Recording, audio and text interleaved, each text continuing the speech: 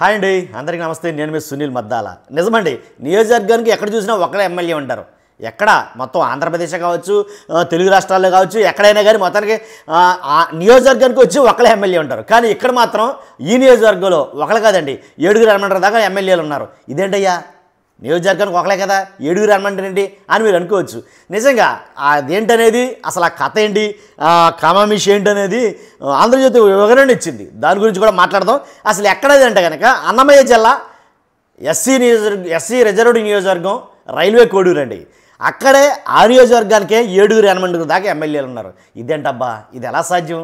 అసలు ఒక నియోజకవర్గానికి ఒకటే కదా ఎమ్మెల్యే, 7 అనమంటారు. ఒకరితో ఏకలేకపోతున్నామంటే నియోజకవర్గ ప్రజలు మళ్ళీ 7 అనమంటారు తీసుకొచ్చి మా మీద రుద్దుతున్నామంటే బాబు సునీలు అని అనుకోద్ది మీరు.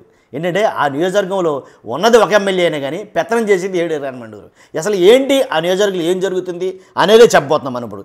ఏంటంటే ఆ నియోజకవర్గంలో టీడీపీ ఎవరైతే ఇన్ఛార్జ్ ఉన్నారో ముక్కా రూపానంద రెడ్డి, అక్కడ జనసేన అభ్యర్థి తన సొంత మనిషికి జనసేన తరఫున టికెట్ రప్పించుకుని తనని నిలబెట్టి గెలిపించుకున్నాడు. ఈ మాట వాస్తవమే. గెలిపించుకున్న తర్వాత ఎమ్మెల్యే పేరుకి మాత్రమే అతను అరవ శ్రీధర్ అనుకుంటా, ఆయన పేరు అరవ శ్రీధరే. ఆయన పేరుకే ఎమ్మెల్యే. ఆయన నెగ్గిన కాడి నుంచి ఆ నియోజకవర్గాల పరిస్థితి ఎలా ఉందంటే, జనాలకి ఏది అవసరమైతే ఎవరిని అడగాలో కూడా అర్థం కాని పరిస్థితి. ఒక్కో విభాగానికి ఒక్కొక్కరికి అప్పచెప్పేసినట్టుగా తయారైంది ఆ జిల్లా. నిజమండి.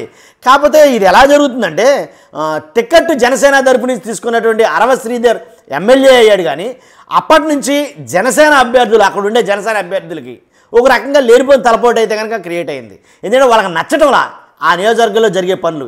ఎందుకని అంటే కనుక ఎవరైతే ముక్కా రూపానంద రెడ్డి ఉన్నారో ఆయనే అన్నీ సర్వం తానై మొత్తం నియోజకవర్గం అంతా శాసిస్తున్నాడు. ఎందుకంటే పేరుకే ఎమ్మెల్యే అతను అరవ శ్రీధర్. మిగిలిన పనులన్నీ కూడా చూసుకునేది ముక్కా రూపానంద రెడ్డి. మిగిలిన పనులు అంటే ఏంటంటే, ఎక్కడైనా ప్రభుత్వ సమావేశాలు జరిగినా సరే నియోజకవర్గంలో తన పక్కన తన కుర్చీ 100% ఉండాలి. ఎమ్మెల్యే గారి పక్కన ఆయన కుర్చీ అయితే కనుక ఖచ్చితంగా ఉండాలి. ఇద్దరు కూర్చోవాలి.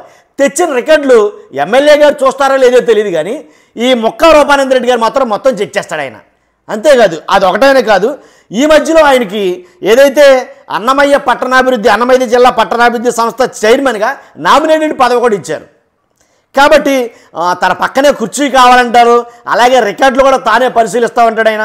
తర్వాత లెటర్ హెడ్లు ఏవైతే ఉన్నాయో ఎమ్మెల్యే గారు లెటర్ హెడ్లతో సైతం వాటి మీద సంతకాలు మాత్రమే ఎమ్మెల్యే గారు పెడతారు. మిగిలిందంతా రూపానంద రెడ్డి గారే చూసుకుంటారు.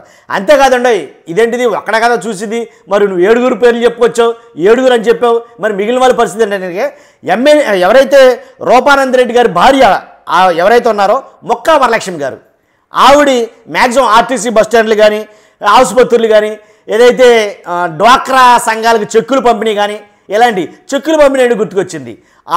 ఎవరైతే ముక్కా రూపానంద రెడ్డి గారి భార్య ముక్కా వరలక్ష్మి గారు ఉన్నారో ఆవిడ చెక్కులు పంచుతున్న ఫోటో ఒకటి ఇక్కడ ప్లే చేస్తాను చూడండి ఒకసారి. తర్వాత అంతేకాదు, ఇంకా చిన్న చిత్తగా ఓపెనింగ్లు కానీ మొత్తం మ్యాక్సిమం ఆవిడే కవర్ చేస్తూ ఉంటారు. ఆవిడతో పాటు ఇంకా ఎందుకని ఎవరన్నా ప్రశ్నించారనుకోండి, ఏం చెప్తారంటే కనుక, కొన్ని కోట్లు ఖర్చు పెట్టాం మేము, మామూలు విషయం కాదు, టిక్కెట్ తెచ్చుకుని మా మనుషుని నుంచోబెట్టుకున్నాం, కొన్ని కోట్లు ఖర్చు పెట్టాం, ఎలక్షన్లో డబ్బులు పంచాం, ఇన్ని చేసిన మాది పెత్తనం కాకపోతే ఎవరికో ఎందుకు మేము ఇస్తాం, కాబట్టి పెత్తనం మేమే చేయాలా, మాదే అని అయితే చెప్పడం జరుగుతుందంట ఆ వాళ్ళ దగ్గర వీళ్ళ దగ్గర. అందుగురించి నియోజకవర్గంలో ప్రజలు ఎవరి దగ్గరికి వెళ్ళాలి, సమస్యలు వస్తాయనేది కొంచెం కన్ఫ్యూజ్గా ఉన్నారు.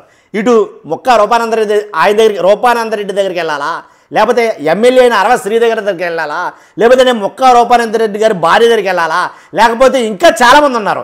వాళ్ళే కాదు, ఎవరంటే కనుక ఆయన భార్య గారు వరలక్ష్మి గారు కాకుండా కొడుకులు విశాల్ రెడ్డి అని, అలాగే ఇంకొక కొడుకు సాయి వికాస్ రెడ్డి అని, అలాగే బావమరుదులు మల్లికార్జున రెడ్డి అని, అలాగే ఇంకో బావమరుది విశ్వనాథ్ రెడ్డి అని, అలాగే మహేంద్ర రెడ్డి అని, ఇలా మొత్తం మీద 7 దాకా 8 దాకా ఆ నియోజకవర్గాన్ని శాసిస్తున్నారు. కాబట్టి ఇంతకీ ఎమ్మెల్యే పరిస్థితి ఏంటి అంటే కనుక ఉత్సవ విగ్రహంలో అలా ఉండడమే. ఆయనకేం పని ఉండదు. ఇంకా అసలు ఆయన అలా కూర్చోబెట్టుకుని మిగిలిన వ్యవహారాలన్నీ వీళ్ళే చక్కదిద్దుకుంటూ ఉంటారు ఆ నియోజకవర్గంలో. ఇప్పుడు ఇది చాలా విస్తృతంగా పబ్లిక్ టాక్ అయింది. ఆ జిల్లాలో మొత్తం అందరూ మాట్లాడుకుంటున్నారు. పైగా ఇది ఆంధ్రజ్యోతి వారికి అసలు నచ్చనట్టుంది. అందుగురించే మెయిన్ హెడ్డింగ్ లేసి మరీ రాసినట్టున్నారు. కాబట్టి 100% ఆయన నచ్చలేదంటే వేరే ఇతరత్ర కారణాలు ఉంటాయని కొంతమంది మాట్లాడతారు. ఇంకో వర్గం ఏంటంటే, ఎందుకు రాసుకొచ్చారు ఆయన అంటే కనుక వాళ్ళు రెడ్లు కదా, రెడ్లందరికీ ఆటోమేటిక్గా జ్యోతి వారికి నచ్చదు కాబట్టి అందువల్ల రాసుకొచ్చారని కొంతమంది మాట్లాడుతున్నారు. ఇలా ఏదైతేనండి ఏ నియోజకవర్గానికి సంబంధించిన ఆ నియోజకవర్గ ఎమ్మెల్యే మాత్రమే అభివృద్ధి పనులు కానీ సమస్యలు కానీ ప్రజల దగ్గరికి వెళ్ళడం కానీ చేయాలి. అంతేగాని మిగిలిన వాళ్ళు పెత్తనం చేయకూడదు. ఎందుకంటే అది ఎమ్మెల్యేకి మాత్రమే వర్తిస్తుంది. మిగిలిన వాళ్ళందరూ కూడా ఎంతవరకు ఉండాలో అంతవరకే ఉండాలి. ఇది వాస్తవం ఎక్కడైనా సరే. అలాగే కదా ఏం జరిగిందనేది గత ప్రభుత్వంలో ఏం జరిగిందో మీకు అందరూ తెలుసు. ఏదైతే కోటరీ కట్టారో ముఖ్యమంత్రి దగ్గరికి వెళ్లకుండా ఏదైతే కాంపౌండ్ వాల్ లాంటిది నిర్మించారో దానివల్ల ఎంత అపారమైన నష్టం జరిగిందో మీకు అందరూ తెలుసు. సో ఇది అంతే, నియోజకవర్గంలో జరిగేది అంతే. ఆ జనసేన ఎమ్మెల్యేని ఆయన పనులు ఆయన చేసుకుని వస్తే చాలు. ఆయన్ని కాకుండా నువ్వు అలాగే కూర్చో, నీకు సంబంధం లేదు, మేము టికెట్ తెప్పించుకున్నాం కాబట్టి మేము డబ్బులు ఖర్చు పెట్టాం, మేమే చేస్తాం, ఇది కరెక్ట్ కాదు. ఇది కాబట్టి చూస్తున్నాం. మీరు అందరూ కూడా మీ అభిప్రాయం ఏంటి? ఖచ్చితంగా మీ అభిప్రాయాన్ని కామెంట్ రూపంలో తెలియజేయండి. Thank you very much.